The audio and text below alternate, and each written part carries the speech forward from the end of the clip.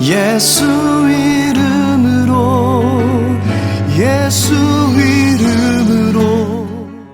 소망, 나를 사랑하시기에 라는 제목으로 말씀을 증거하도록 하겠습니다.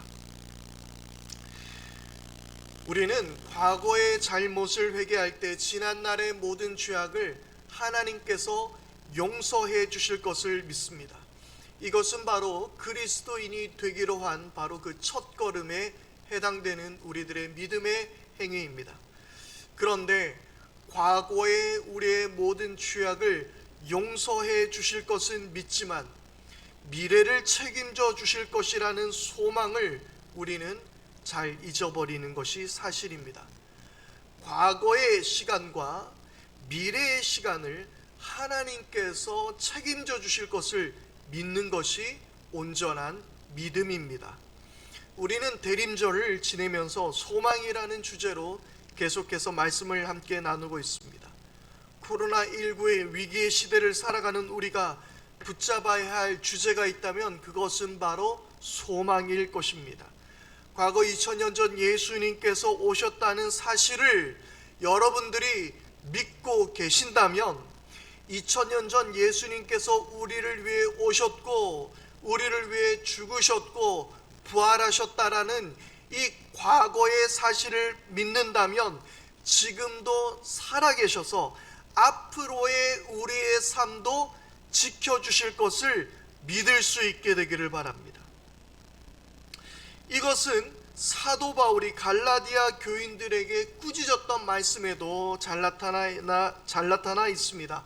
갈라디아서 3장 3절의 말씀인데요, 너희가 이같이 어리석으냐, 성령으로 시작하였다가 이제는 육체로 마치겠느냐. 바로 이와 같은 말씀입니다. 우리가 믿음으로 시작했습니다. 성령님으로 말미암아 십자가의 사랑을 믿음으로 시작했습니다. 그런데 어려운 일을 당할 때마다 믿음으로 반응하기보다는 육신의 힘을 빌어서 어떻게든지 이겨내려 하는 우리를 향한 꾸짖는 하나님의 말씀으로 우리는 이해할 수도 있습니다.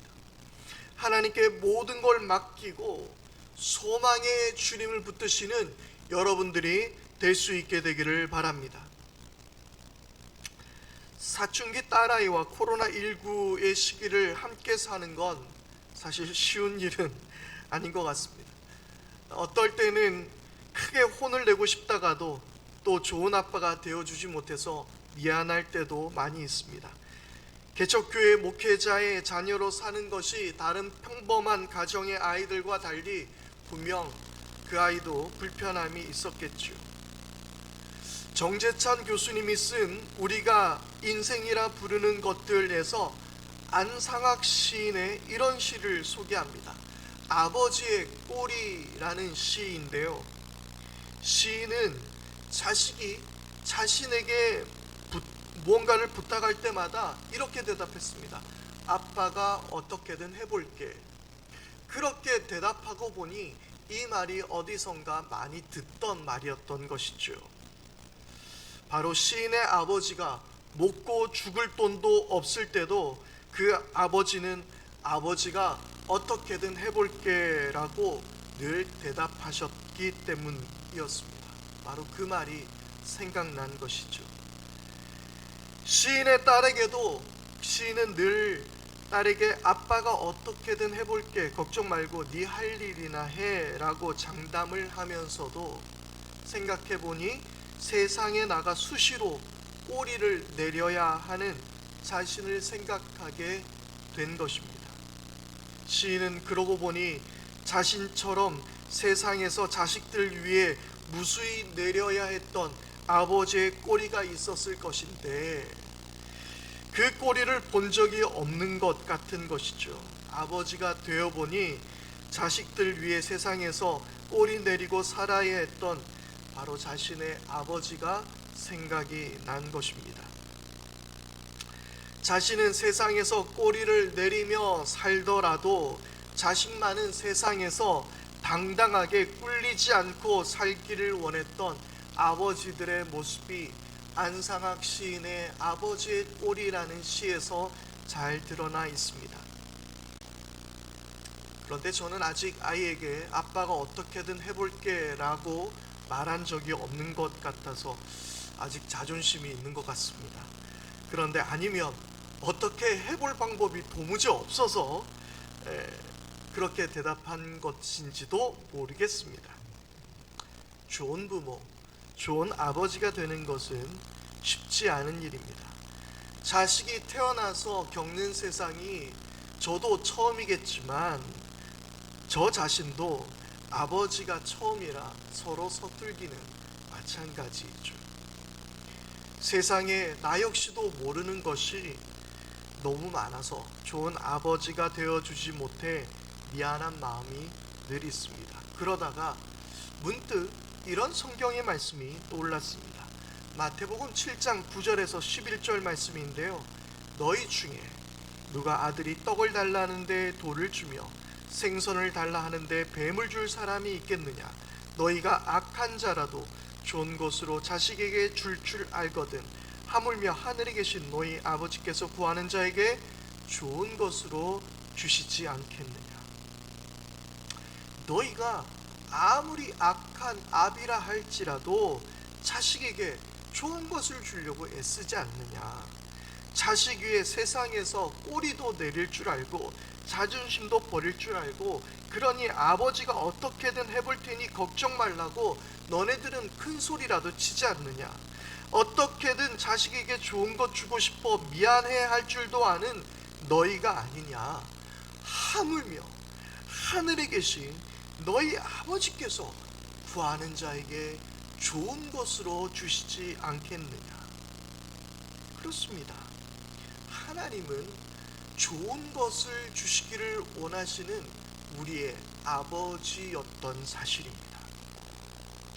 어떻게든 좋은 걸 주시길 원하시는 우리 아버지 되신 하나님이십니다.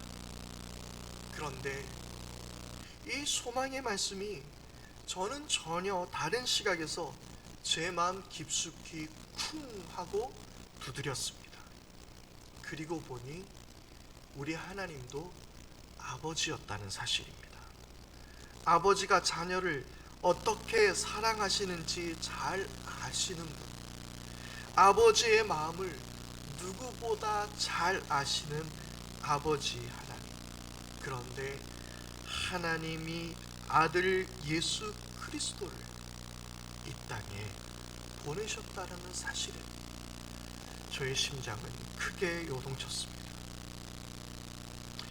예전에 어릴 때 저는 이런 생각을 해본 적이 있었습니다. 하나님이 우리를 사랑하셔서 우리를 위해서 희생하셨다라고 이야기한다면 왜 굳이 아들을 보내셨나? 진짜 사랑하고 희생한다면 하나님 그분이 스스로 희생하셔야 되지 않겠는가? 본인이 직접 죽음을 선택해야 더 큰 사랑이 아닌가? 왜 굳이 아들을 죽이셔야 했나? 이런 생각을 해봤던 적이 있습니다. 그러나 지금은 그것이 얼마나 큰 사랑인 줄 압니다. 아버지가 자신이 죽는 것보다 더 고통스러운 것은 아들을 죽이는 것입니다. 하나님은 우리에게 자신을 죽이는 것보다 더 고통스럽고 더 괴로운 사랑의 최상의 그 사랑을 우리에게 보여주신 것입니다. 그것이 바로 아들 예수님을 이 땅에 보내시고 십자가에서 죽이신 그 사랑입니다. 오늘 우리가 읽은 요한복음 3장 16절의 말씀은 바로 그 사실을 우리에게 잘 알려주고 있습니다. 우리 성경은 하나님이 세상을 이처럼 사랑하사라는 순서로 되어 있지만 헬라어는 영어와 비슷한 어순으로 되어 있습니다. 그래서 말씀의 시작을 하나님이 세상을 이처럼이 아니라 이와 같이 사랑하셨다라고 이야기하고 있습니다.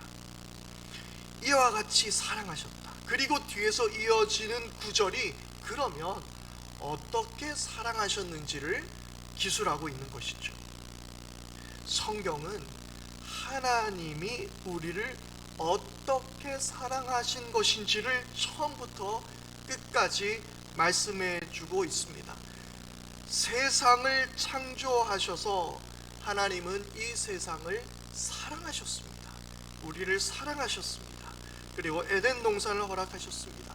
그런데 인간의 불순종과 그 범죄에도 하나님은 사랑하셔서 그들에게 가죽옷을 입히셨습니다.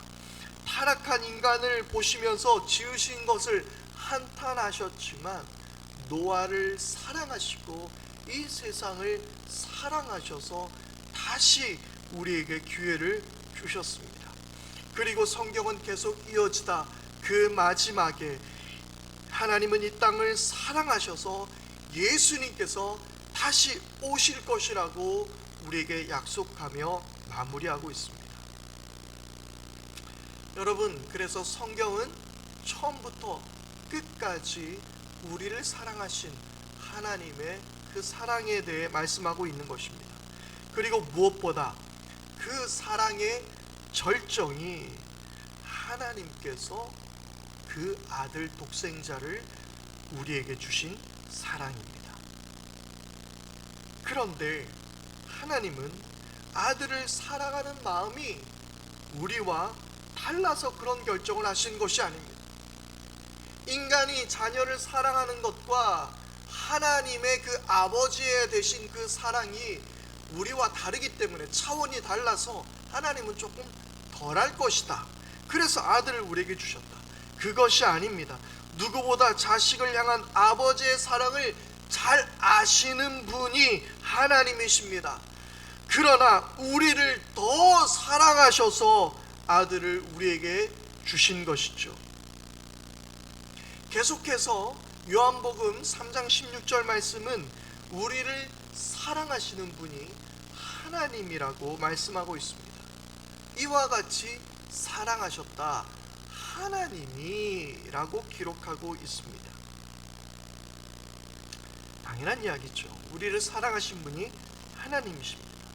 그러나 하나님이 어떤 분이신지를 우리가 더 잘 안다면 우리의 소망은 더욱 단단해질 수 있습니다. 예수는 역사다라는 책으로 잘 알려진 리 스트로벨이 쓴 불멸의 소망이라는 책에서 우리의 삶의 소망 되시는 하나님의 능력이 어떠한지를 시편 29편을 통해서 소개하고 있습니다. 시편 29편 5절의 말씀인데요, 여호와의 소리가 백향목을 꺾으시며 여호와께서 레바논 백향목을 꺾어 부수시도다. 수요 예배 시간에 솔로몬이 지은 성전에 대해서 이야기하며 솔로몬의 왕궁에 대해서 이야기하면서 가장 많이 등장했던 건축 자재가 있었습니다. 바로 그것은 레바논의 백향목이었습니다. 레바논의 백향목은 어느 나무보다 튼튼한 나무였습니다. 이 백향목은 직경이 10m까지 자란다고 합니다. 그리고 높이는 12층 빌딩을 추월할 수 있을 정도라고 하는데요. 그런데 다윗은 하나님이 살짝 속삭이기만 하셔도 이 백향목, 그 거대하고 단단한 나무가 산산조각이 난다고 말하고 있습니다. 그리고 6절입니다. 레바논과 시련으로 들송아지같이 뛰게 하시는도다. 이 시련은 2700m가 넘는 산이라고 하는데요, 하나님의 음성은 평야와 산이 춤추듯 물결치게 만드시는 강력한 지진과 같다고 말하고 있는 것입니다. 7절 말씀은 여호와의 소리가 화염을 가르시도다 라고 말씀하고 있는데, 리스트로벨은 번개의 비유로 이 말씀을 소개하고 있습니다. 번개는 한 번에 많게는 1억 볼트의 전기를 일으켜 공기의 온도를 약 섭씨 3만 도 정도까지 끌어올릴 수 있다고 하는데, 이는 태양 표면보다도 5배나 뜨거운 온도라고 합니다. 그러니까 상상이 잘 안 되시면 엄청 뜨거운 거라고 생각하면 됩니다.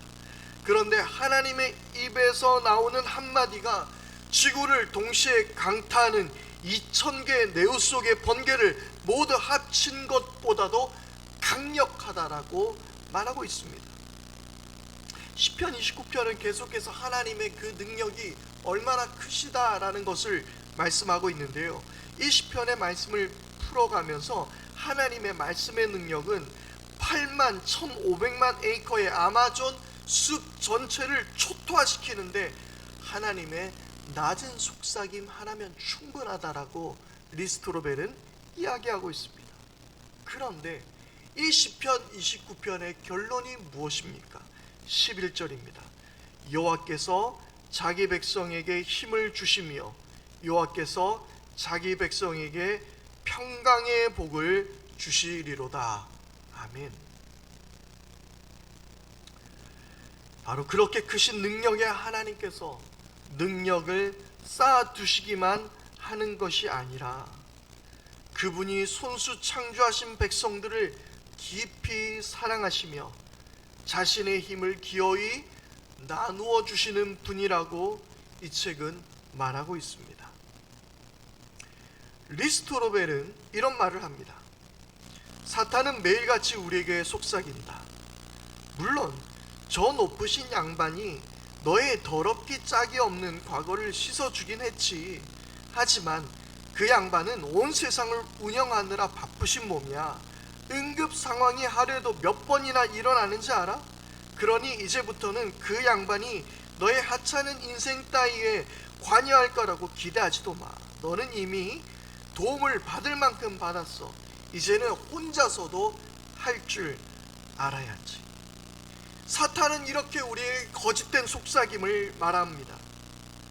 그러나 그때 우리 하나님이 어떤 분이신지 우리는 명확하게 알아야 하는 것이죠. 우리를 사랑하시는 분이 하나님이십니다. 그리고 그 하나님은 능력의 하나님이라는 사실입니다. 그리고 그 능력을 우리에게 주시는 분이 우리를 사랑하시는 하나님 아버지가 되어 주시는 줄 믿습니다. 이것이 바로 우리에게 있어서 확실한 소망인 것이죠.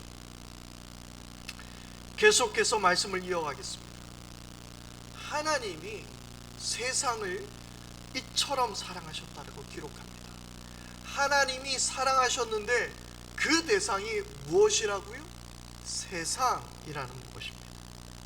당시 이스라엘 사람들에게 있어서 사랑의 대상은 자기들만이어야 했습니다.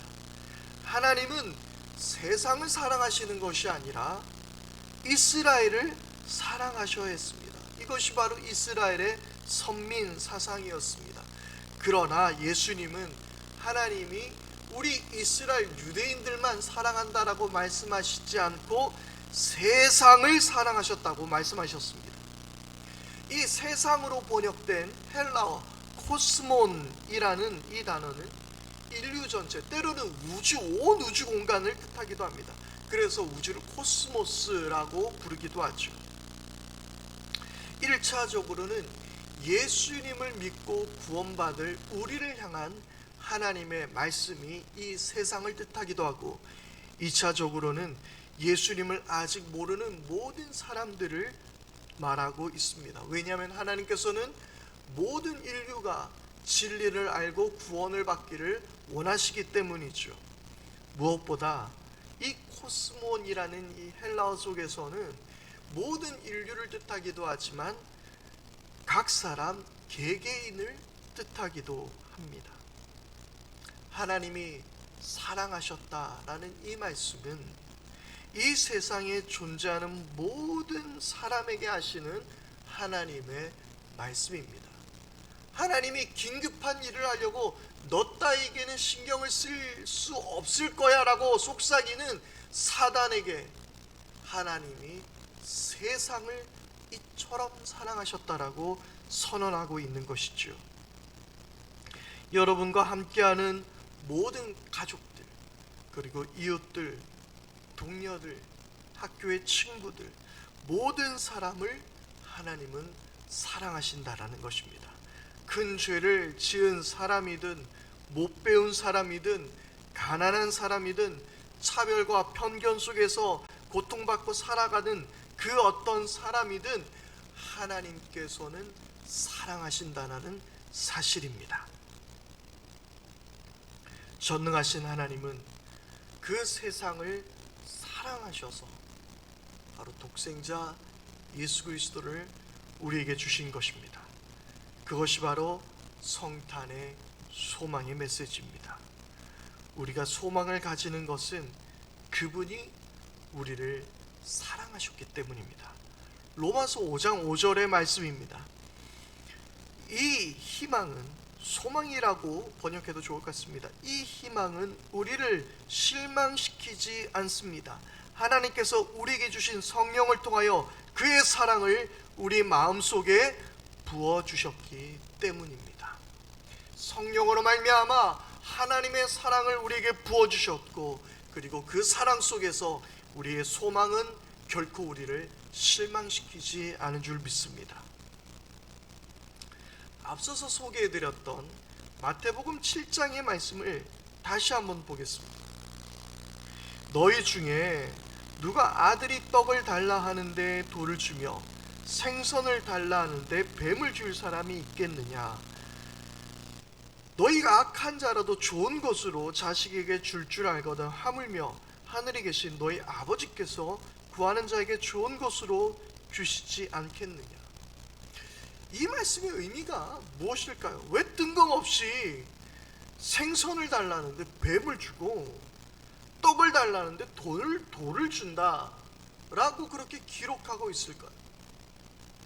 김동문 선교사가 쓴 중군동의 눈으로 읽는 성경에서는 이 이야기에 대해서 이렇게 말하고 있습니다. 당시 이스라엘 서민들은 너무나도 가난했습니다. 노동자의 하루 품삯은 한 데나리온인데요, 1인당 최저 생계비를 1년에 약 180데나리온 정도로 보는 학자들이 있는데, 가장이 벌어오는 하루 품삯으로 6인 정도의 가족이 먹고 사는 것은 겨우 최저 생계비 정도의 수준이었던 것입니다. 만약에 그들이 밖에 나가서 빵을 사 먹었다면 한 데나리온으로 빵 12개 정도를 살 수 있는데요, 당시에 빵 한 덩이는 약 500g 정도 되는 빵이었다고 합니다. 그러니까 빵 2개로 하루를 버텨야 했던 것이 그들의 삶이었던 것입니다. 그토록 가난했던 것이 이스라엘 백성들이었습니다. 특히 그때 로마 시민과 비교했다면 로마 시민 중 가장 소박하게 살았던 이들의 연간 소득이 5,000데나리온 정도였다고 하죠. 그러니까 이스라엘 백성들이 하루 품삯이 한 데나리온이면 많이 끌어모아도 주일날 그 안식일에는 일을 안 하겠죠. 300데나리온이 채 되지 않는 거예요. 이는 이스라엘의 소득에 비해서 10배가 훨씬 웃도는 수준이었다고 합니다. 그 가난한 중에서 집에서 빵을 구우면 매일 새롭게 빵을 구워야만 했습니다.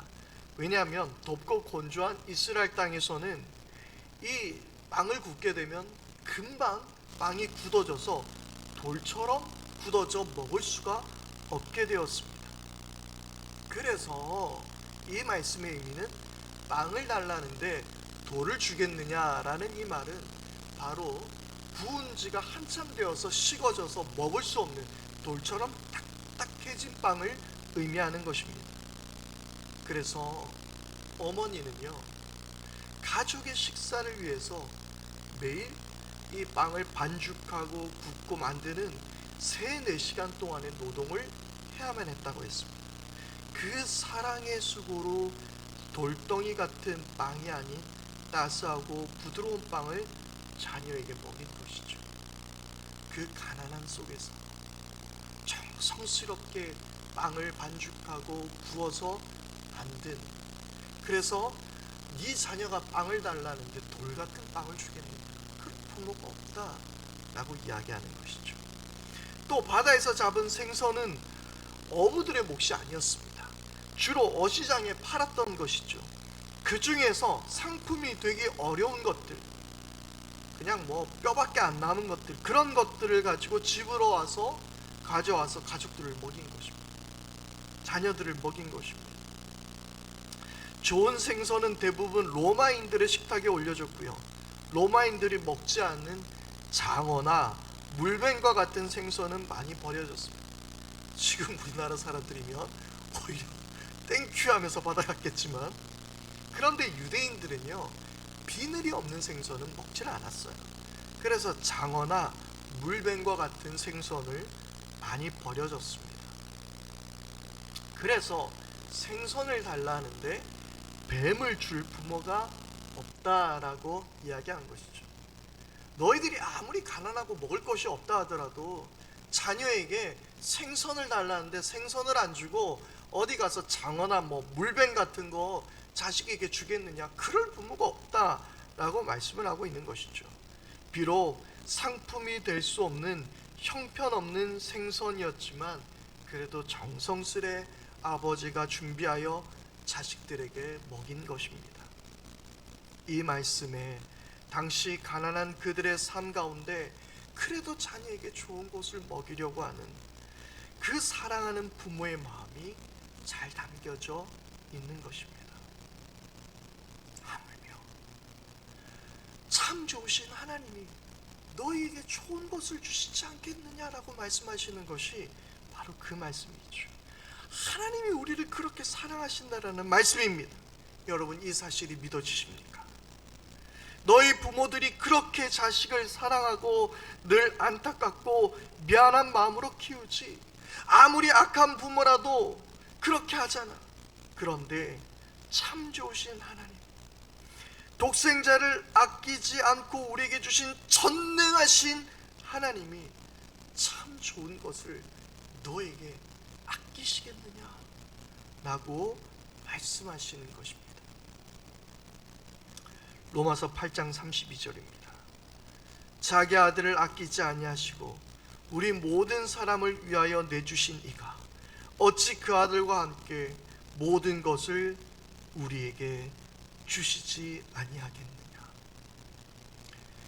여러분, 대림절 지내며 이 소망의 마음을 우리가 놓지 않는 것은 바로 하나님이 우리를 사랑하시기 때문입니다.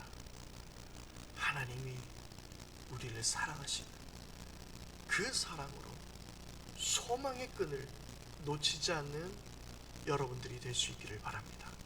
결단의 기도를 드리겠습니다.